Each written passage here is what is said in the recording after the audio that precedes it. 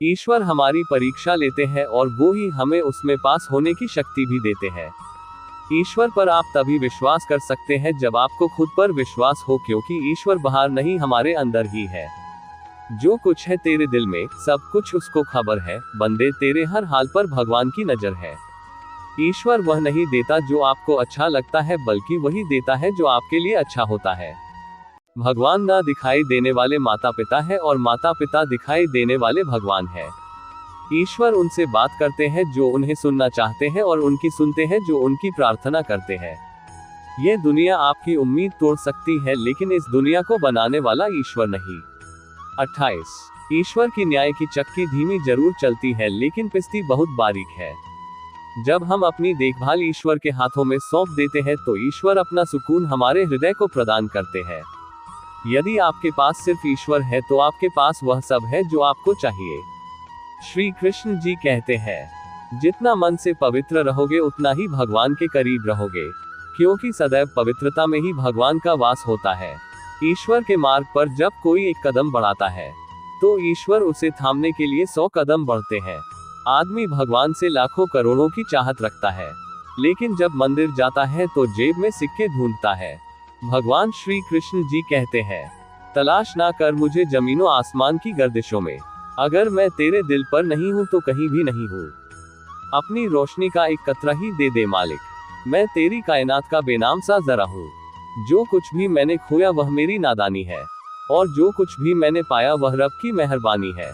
जरूरत भर का खुदा सबको देता है, परेशान है लोग इस वास्ते की बेपनाह मिले। कोई तो है जो फैसला करता है पत्थरों के मुकद्दर का, किसे ठोकर पर रहना है और किसे भगवान होना है। अपना मजहब ऊंचा और गैरों का ओछा, गालिब ने ये कहकर तोड़ दी तस्बीह, गिनकर क्यों नाम लूं उसका जो बेहिसाब देता है। पलके झुके और नमन हो जाए, मस्तक झुके और वंदन हो जाए। ऐसी नजर कहां से लाऊं कि तुझे याद करूं और तेरा दर्शन हो जाए। ये सोच हमें इंसान बनने नहीं देती। हमारी खुशकिस्मती यह है कि हम भगवान को एक मानते हैं, और बस किस्मत यह है कि हम भगवान को एक नहीं मानते हैं। मेरा मजहब तो ये 2 हथेलियां बताती है, जुड़े तो पूजा और खोले तो दुआ कहलाती है। तू ऐसा धर्म को मान जो स्वतंत्रता, समानता और भाईचारा सिखाता हो। भगवान का कोई धर्म नहीं होता है। हिंदू धर्म विकासवादी है, जड़वादी नहीं।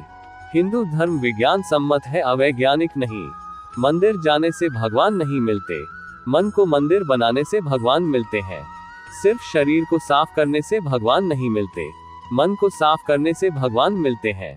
दिखावा करने से भगवान नहीं मिलते, नियत साफ होने से भगवान मिलते हैं। रंग रूप सुंदर होने से भगवान नहीं मिलते, व्यवहार सुंदर होने से भगवान मिलते हैं। सिर्फ दान देने से भगवान नहीं मिलते, दया और करुणा भाव से भगवान मिलते हैं। भजन सुनने और गाने से भगवान नहीं मिलते, भजन में रम जाने से भगवान मिलते हैं।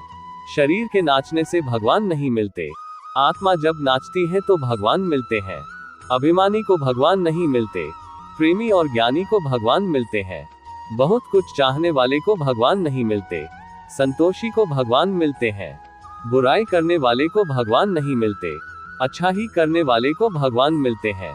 निराश और उदास रहने वालों को भगवान नहीं मिलते, विश्वास रखने वालों को भगवान मिलते हैं। धनवान को भगवान नहीं मिलते, दयावान को भगवान मिलते हैं। दुख में रोने वालों को भगवान नहीं मिलते, दुख में भी मुस्कुराने से भगवान मिलते हैं। आंसू बहाने से भगवान नहीं मिलते, दूसरों के आंसू पोंछने से भगवान मिलते हैं। पहले अपने दोषों को दूर कीजिए, भगवान आपको अवश्य मिलेंगे।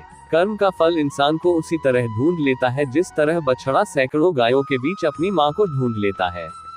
मन का झुकना बहुत जरूरी है, केवल सर को झुकाने से परमात्मा को प्राप्त नहीं किया जा सकता है।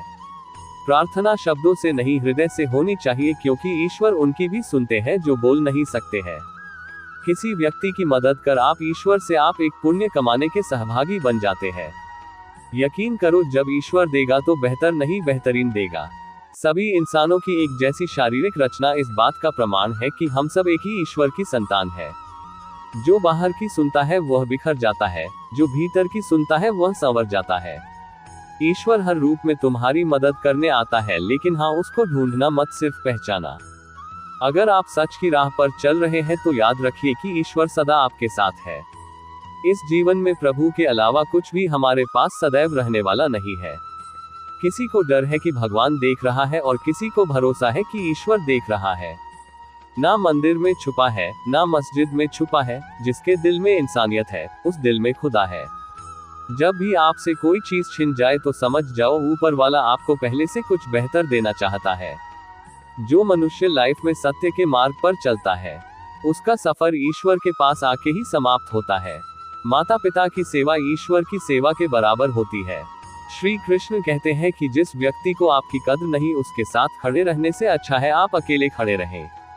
हर इंसान के जीवन में एक समय ऐसा जरूर आता है जब उसे सच्चे दिल से ये महसूस होता है कि इस दुनिया में ईश्वर के अलावा कोई अपना नहीं है। इंसान कर्म करने में मनमानी तो कर सकता है, लेकिन फल भोगने में नहीं। अगर आपको कोई अच्छा लगता है तो अच्छा वो नहीं बल्कि अच्छे आप हो, क्योंकि उसमें अच्छाई देखने वाली नजर आपके पास है। कल की फिक्र मत करो, जिस भगवान ने आज तक संभाला है वो आगे भी संभाल लेगा। श्री कृष्ण जी कहते हैं, ईश्वर को अपना मित्र बना लो, फिर तुमको कामयाब होने से कोई नहीं रोक सकता है।